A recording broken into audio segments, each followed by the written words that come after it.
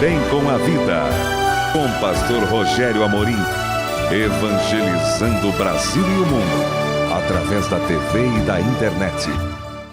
É muito bom poder voltar a estar com você neste horário aqui na Central TV, canal 25 da NET, com o De Bem com a Vida. Obrigado pela sua audiência, obrigado por me permitir entrar na sua casa ou onde quer que você esteja todos os dias, né? Trazendo uma palavra de fé, de esperança, de amor, nesses tempos tão difíceis que nós estamos vivendo, né? Mas trazendo uma palavra de esperança, né? Porque com certeza, confiando em Deus, o dia de amanhã será sempre melhor. Não parece, mas vai ser. Ah, vai, né? E eu quero desafiar você com a sua família a vir estar conosco aqui em Campo Comprido, Ecoville. Você vai conhecer um projeto realmente maravilhoso aqui, né? Um templo dos mais bonitos da Quadrangular no Brasil, com certeza. Um templo espaçoso, muitas salas de aula, de discipulado, do Instituto Teológico, de Universidade da Família, muitas salas equipadas para as crianças. As crianças não saem de dentro do complexo da igreja, não sai de dentro aqui. O pai ou a mãe entrega na sala e vai buscar na sala no final do culto, né? Tudo bem equipadinho e tal, né? Um estacionamento muito amplo, fechado aqui para você. Nós temos 10 mil metros de área aqui, né? Batalhamos muito ao longo desses 35 anos aqui em Campo Comprido e chegamos a essa condição, né? E, inclusive, esse mês de julho estamos completando 25 anos, é o jubileu de prata da construção, da inauguração aqui da Catedral Quadrangular em Curitiba, aqui no bairro de Campo Comprido, né? E eu quero louvar a Deus e agradecer pela vida de tantos que nos ajudaram a construir essa história aqui em Campo Comprido, né? É um mês que eu também completo meus 70 anos, né? Tá? Como eu brinquei na igreja aqui, deixei de ser sexy, né? Agora sou septuagenário, né? Eita lasqueira! Mas tô inteiro ainda, né? E pronto para convidar você e a sua família a vir adorar a Deus conosco aqui. Você vai gostar, você vai gostar. São cultos das antigas, né? Aqui é quadrangular roxa, né? Roxa, vermelha, amarela, azul. Aqui nós não mudamos o conceito que nós recebemos de Deus através da vida da fundadora há quase 100 anos atrás, né? Pregando Jesus Cristo, Salvador, batizador no Espírito Santo, médico divino, rei que está voltando para buscar a sua igreja. Não mudamos. Nesse ponto eu sou particularmente conservador, radical mesmo, né? Porque a Bíblia, a palavra de Deus é o que é e acabou, não tem que acrescentar, não tem que tirar. Você tem que receber interpretação, revelação da parte do Espírito Santo, né? E nós nos mantemos firmes nesse propósito. Escola bíblica, né? Todos os domingos uma escola maravilhosa, com materiais extraordinários, de mamando a caducando, como a gente diz, não é isso? Um instituto teológico também, a Universidade da Família, como eu falei, um ensino mais profundo da palavra, levando-nos a nos conhecermos através das Escrituras. Muito bom, tanto mulher, homem ao máximo, mulher única, uns negócios assim, que vale muito a pena, realmente vale muito a pena. Venha com a sua família, venha adorar a Deus conosco, venha crescer na graça, venha conhecer e receber a graça de Deus para a sua vida, né? E eu queria lembrar vocês que moram aí em Campo Largo, Balsa Nova, enfim, Ferraria, todas essas colônias todas no entorno de Campo Largo, que nós temos várias igrejas em Campo Largo com grandes pastores e pastoras. Isso não põe em dúvida. Mas no centro da cidade tem uma que para mim particularmente é muito especial, porque é uma cópia dessa aqui, né? Em todo o trabalho, como se leva o trabalho, o ensino da palavra, a palavra em si, propriamente dito, o louvor, né? E por que eu falo? Porque ali está minha filha, a pastora Ana Paula Amorim, e o seu marido, pastor Almir de Paula, né? Bem no centro da cidade aí de Campo Largo. Vocês vão amar esse trabalho aí. É na rua Joaquim Ribas de Andrade, esquina com a Clotário Portugal, bem no centro da cidade, né? Bem no centro mesmo da cidade aí. Joaquim Ribas de Andrade, esquina com Clotário Portugal. Vocês estão convidados, intimados a estarem lá e participar de cultos realmente que vocês vão amar com certeza, né? E E eu quero lembrar vocês que nós temos o nosso canal no YouTube, né, que é o YouTube/Pastor Rogério Amorim, tudo junto.com. Né? Vocês vão encontrar ali dúzias de mensagens nossas pregadas ao longo dos anos aqui na Catedral. E eu tenho certeza, vocês vão ser edificados. Agora, participe de um culto conosco. Trouxe Bíblia. No capítulo 18 de Lucas, nós temos algumas parábolas. Mas eu quero falar da vida dos outros. Então eu vou falar do chamado jovem rico. A partir do verso 18, do capítulo 18 de Lucas. Esse jovem rico, como Lucas, o doutor Lucas, né, médico, deixa claro aqui, não era simplesmente um jovem rico, ele era rico por isto aqui. E perguntou-lhe um certo príncipe, dizendo: bom mestre, que hei de fazer para herdar a vida eterna? E Jesus respondeu: por que me chamas bom? Ninguém é bom senão um, que é Deus.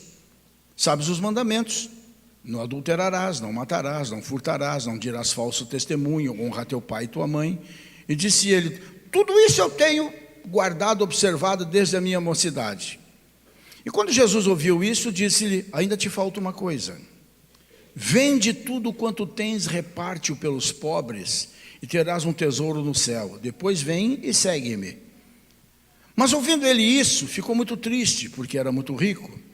E vendo Jesus que ele ficara muito triste, disse: quão dificilmente entrarão no reino de Deus os que têm riquezas.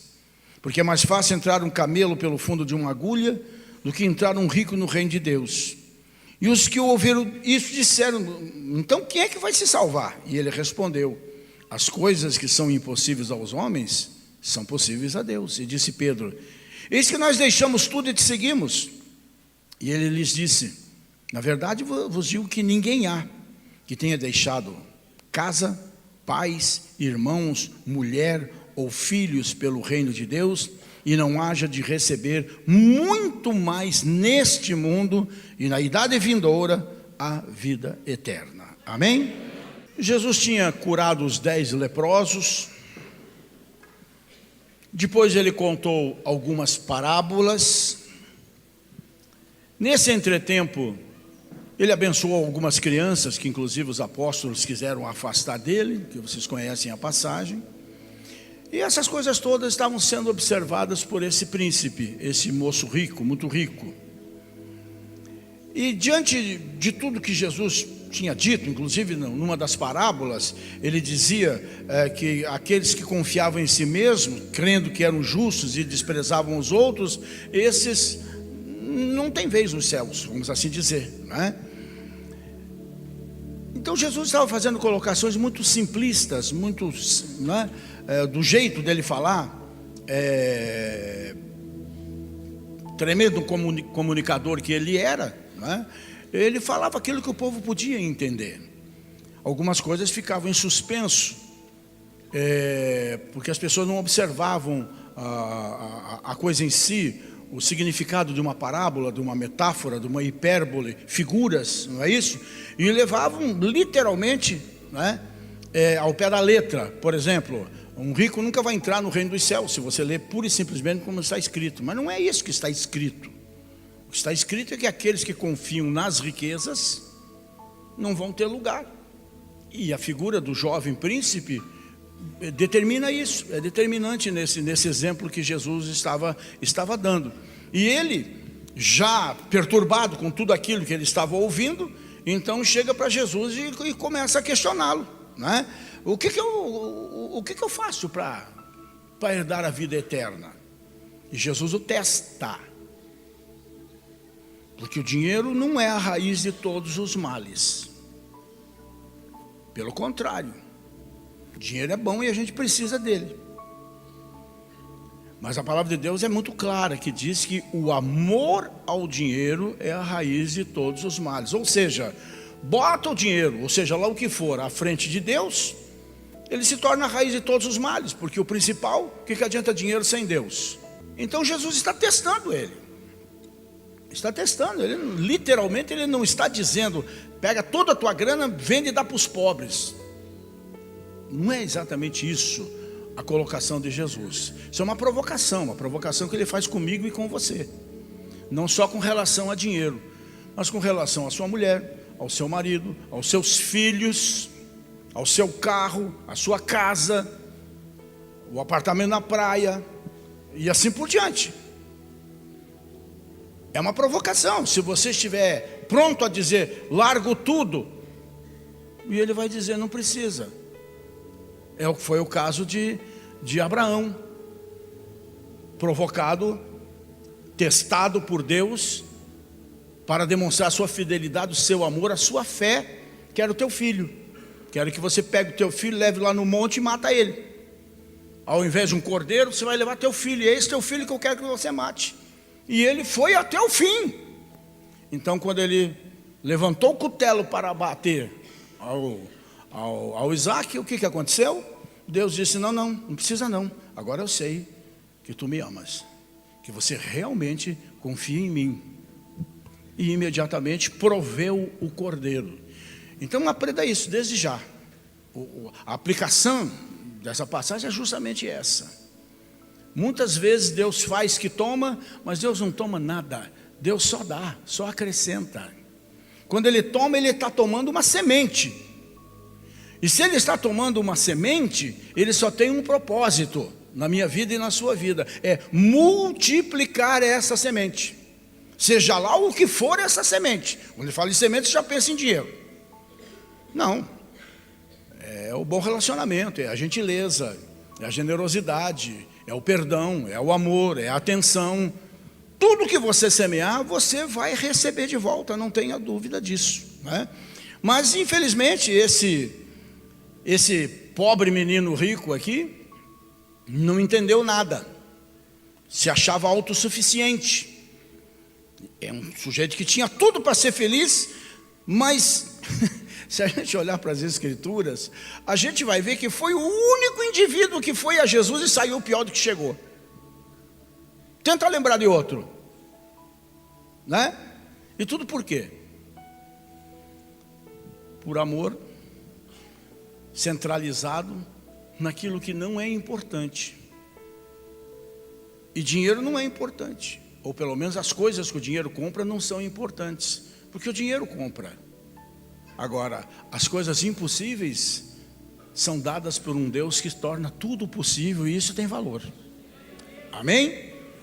A despeito de ter vindo a pessoa certa, a despeito de ter abordado o tema certo e recebido a resposta certa, o que a gente vê aqui é que ele tomou uma decisão errada, totalmente errada. Amou mais o dinheiro do que a Deus, amou mais outras coisas do que a Deus, amou mais os prazeres transitórios dessa vida do que a salvação da sua alma eterna. Olha a pergunta que ele faz: o que farei? Né? Então a gente pode observar aqui várias coisas boas até que esse menino possuía. Primeiro, ele tinha uma coisa que eu já não tenho mais: ele era jovem, né? Estava na flor da idade. Só eu, né? Estava na flor da idade, estava no alvorecer da vida, vamos assim dizer, né? Estava começando. Então, primeiro ponto, ele era jovem. Segundo ponto, ele era riquíssimo. Possuía tudo que esse mundo podia lhe oferecer. Certamente tinha uma casa muito boa. Com certeza, com dinheiro, devia ter muitos amigos, muitos bens, conforto, luxo, banquetes, festa, dinheiro. Tudo que o dinheiro podia comprar, ele tinha. Ele era dono de muitas propriedades. E veja, muita gente trabalha duramente a vida toda e não consegue juntar riqueza. Esse aqui já nasceu rico. Terceiro ponto: ele era uma pessoa certamente proeminente na sociedade. Ele tinha status. Era bastante conhecido. Pelo que lemos aqui, era um sujeito de posição, era um príncipe. Era um príncipe. Possuía com certeza, talvez até nem tendo, mas por causa do dinheiro, possuía um elevado conceito na sociedade, tinha fama, tinha glória, e apesar de ainda ser jovem, como eu disse, dinheiro é que não era problema para ele. E além de ser rico, também era um líder famoso e influente na sociedade. Pois é, mas o fato é esse: sua vida era uma vida aparentemente muito feliz e realizada. A sua projeção é um fenômeno raro, estava na frente das outras pessoas. Em outras palavras, naquela cultura, naquele tempo, nós estamos falando de uma Israel dominada pelos romanos, escravizada pelos romanos, que sua cidadania tinha sido tomada, não mandava na sua própria terra. No entanto, esse moço era rico, não tomaram o dinheiro dele. Certamente era uma família proeminente, de muito nome. Em quarto lugar, ele era aquilo que a gente chama de um sujeito virtuoso, vamos assim dizer, tinha virtudes. Esse jovem tinha alcançado nota máxima, não apenas na opinião de todos, na sociedade, mas pelo que a gente vê aqui, ele tinha alcançado nota máxima na sua própria avaliação. Tenho feito tudo isso, o que é que me falta? E acima de tudo, como nós lemos aqui no texto, se você prestou atenção, considerava-se um observador da lei irrepreensível. Então a gente pode entender, subentender, e isto sendo verdade, que ele não participava da bagunça, das baladas, das farras, mas pautava a sua conduta pelos rígidos padrões morais e religiosos conhecidos dentro da sinagoga que certamente ele frequentava. É uma coisa puxa a outra, uma coisa explica a outra, né? Era um jovem que certamente muita mãe sonhava em tê-lo como genro, não é? E muita moça bonita sonhava em tê-lo como marido. Mas também, em quinto lugar, a gente vê que ele era sedento espiritualmente. Tanto é que, apesar de toda essa projeção, apesar de todo esse dinheiro, ele estava ali no meio do populacho ouvindo Jesus. Ele estava no meio de pessoas simples, aprendendo de Jesus, ouvindo suas parábolas, vendo o seu comportamento, vendo os seus milagres, né? Então era um moço que tinha sede espiritual, ele queria mais. Apesar de estar dentro da sinagoga e conhecer os preceitos, os conceitos e tudo mais aquilo, para ele, aparentemente, era pouco. Depois de dizer a Jesus que era um observador da lei, cumpridor da lei, ele perguntou: o que me falta então para alcançar a vida eterna? Ou seja, se ele faz uma pergunta dessa, é evidente também que o seu coração não estava satisfeito com coisas, com religiosidade, com todo aquele padrão de sinagoga que ele frequentava. Ele queria alguma coisa a mais. Ele tinha sede de valores eternos, que é uma coisa que, se acabar na nossa vida, nós morremos. Nós temos que ter sede de Deus, sede da sua palavra, sede da sua casa, sede de cultuar a Deus, sede de se apresentar a Deus em oração. Isso é como respirar, isso é como beber água, afinal de contas, né? Então, gente, o seu dinheiro, toda a sua reputação, a sua liderança, o seu status, nada disso preencheu o vazio da sua alma. Por uma razão muito simples: tem coisas na nossa vida que não bastam. Entre elas, ser rico não basta. Ser rico não basta. Ser honesto não basta. Ser religioso não basta. Cantar no coral não basta. Pregar o evangelho não basta. Frequentar a igreja não basta. Nossa alma tem sede de algo mais. Como disse o salmista: a minha alma tem sede de ti, como a corça anseia pelas águas.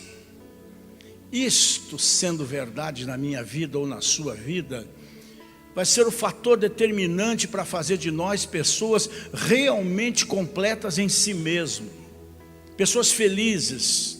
Isto é realmente extraordinário na vida de qualquer pessoa. Então, não se contente com pouco. É aquela visão de Ezequiel. Não se contente com águas só cobrindo os teus pés. Não se contente com águas cobrindo a tua canela. Não se contente com águas cobrindo o teu joelho. Não se contente com águas cobrindo os teus lombos. Você pode mergulhar em águas profundas se você procurar um relacionamento mais verdadeiro com Deus. E esse moço, apesar de todas as circunstâncias que o rodeavam, era sedento da salvação. Sua pergunta a Jesus foi bem enfática, né? Bom mestre. Já começou errado.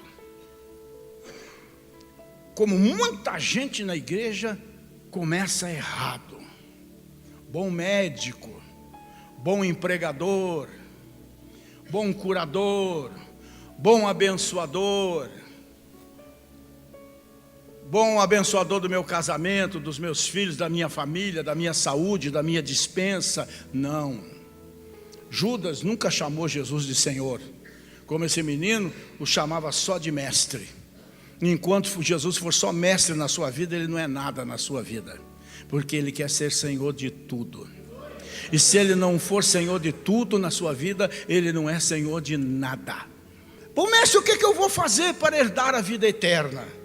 Ele estava ansioso por algo mais que não havia encontrado no dinheiro. Está claro na pergunta. Sabia que não possuía vida eterna, a despeito de viver uma vida aparentemente correta aos olhos dos homens e o bolso cheio de dinheiro. Ele queria mais do que as riquezas da terra.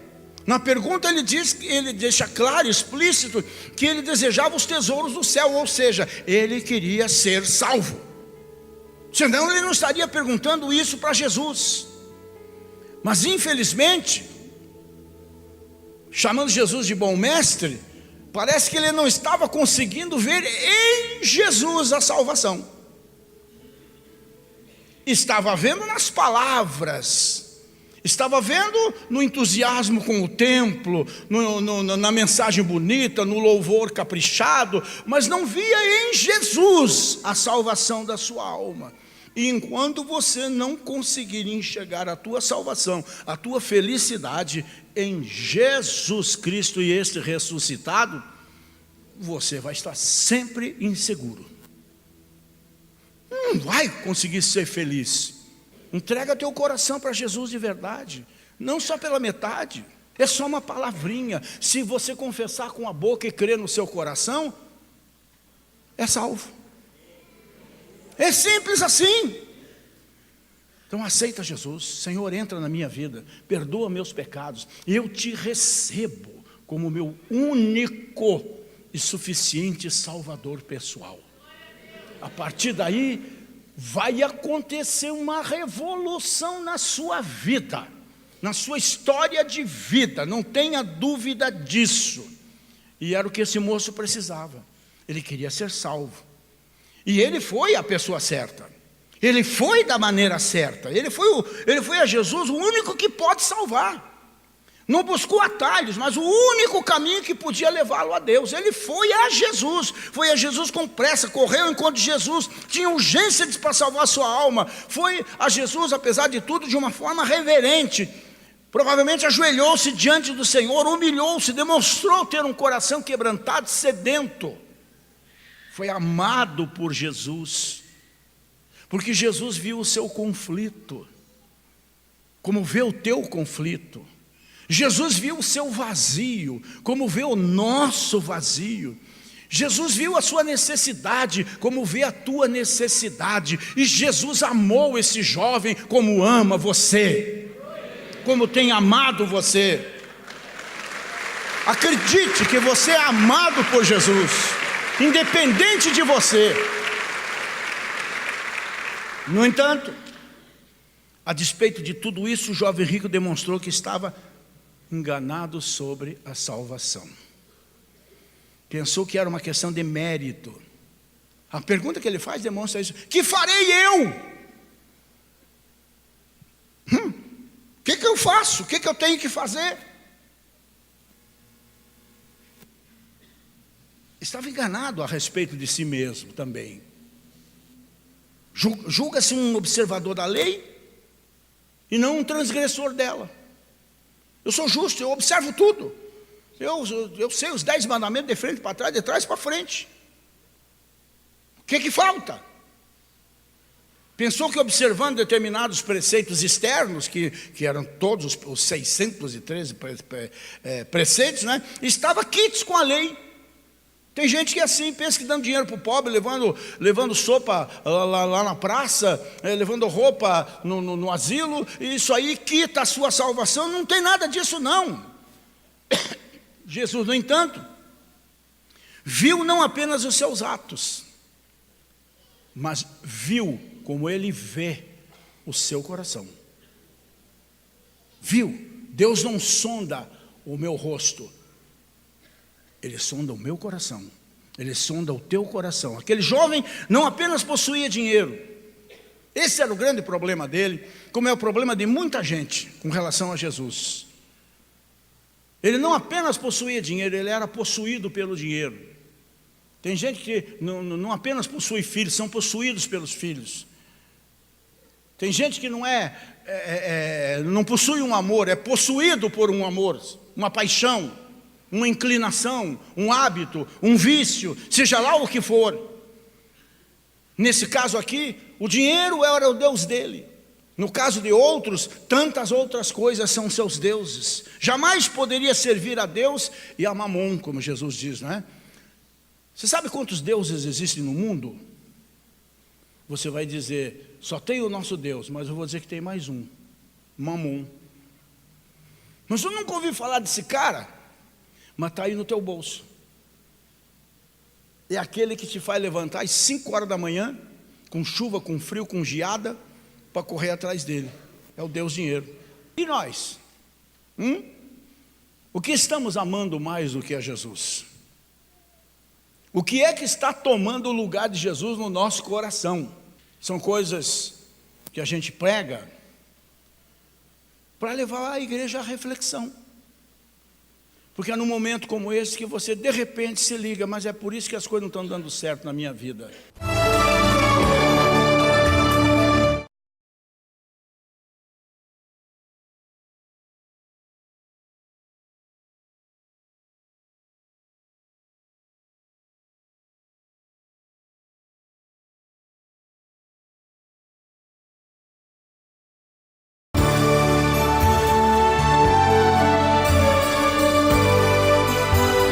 Bem com a Vida, com pastor Rogério Amorim, evangelizando o Brasil e o mundo, através da TV e da internet.